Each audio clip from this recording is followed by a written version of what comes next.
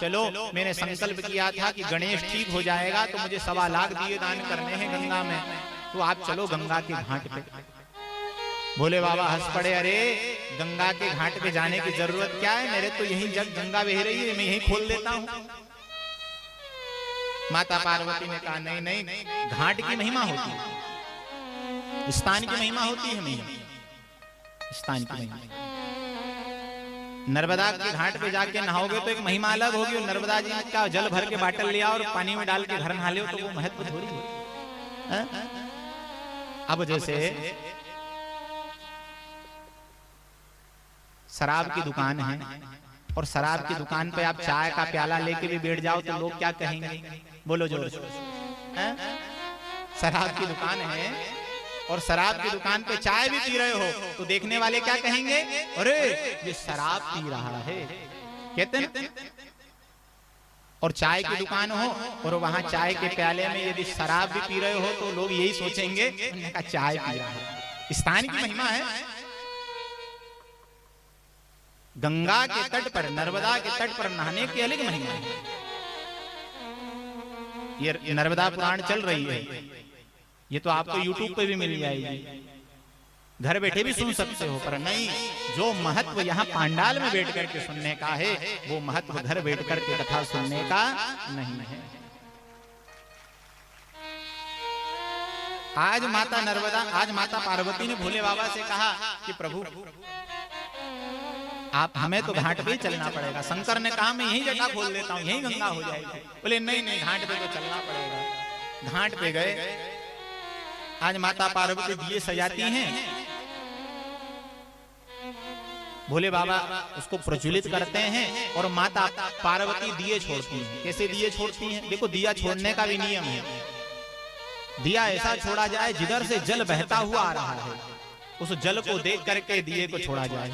ऐसा नहीं कि जिधर जल बह रहा उधर छोड़ दिया और उससे बोल दिया और आगे चले जाए। जिधर जल बह रहा है उधर मुंह करके यदि जल छोड़ते हो तो घर की लक्ष्मी का नाश हो जाता है। दिए छोड़ने का महत्व है, जिधर से जल बहता आ रहा है उस जल को छोड़ो और फिर उस दियो को देखा नहीं जाता कि वो दिया कहां जा रहा है। हम माता पार्वती ऐसे ही छोड़ती हैं। शंकर जी तैयार करके देते हैं पार्वती जी को, पार्वती जल की तरफ देखती हैं और छोड़ देती हैं। पर शंकर जी के बाजू में गणेश जी बैठे हैं, पार्वती जी तो इधर देख ही नहीं रही, क्योंकि इधर देख लेंगे तो दिया जो कर रहे हैं वो नाश हो जाएगा, उसका कर्म का नाश हो जाएगा। इधर छोड़ती हैं, इधर गणेश जी अपनी लंबी सूंड से खींचते हैं दिए को और लाके फिर रख देते हैं घाट पे। इधर भोले बाबा वही दिया उठाए फिर पार्वती को दे दे। अब दिया दान कर, दीपदान करते करते 1 घंटा बीत। माता पार्वती कहती है भोले बाबा से, प्रभु ये दिए तो कमी नहीं हो रहे। तो भोले बाबा कहते हैं कि देवी ऐसा नियम है कि जो चीज जितनी दान करी जाए उतनी बढ़ती है। तुम जितना ये दीपदान कर रही हो इतना बढ़ रहा। पर अचानक शंकर जी की दृष्टि पड़ गई, गणेश के ऊपर बाजू में बैठे हैं। तो देखा, पूछा, रे गणेश तू ये क्या कर रहा है? 1 घंटा हो गया, एक दिया भी नहीं तूने छोड़ने दिया।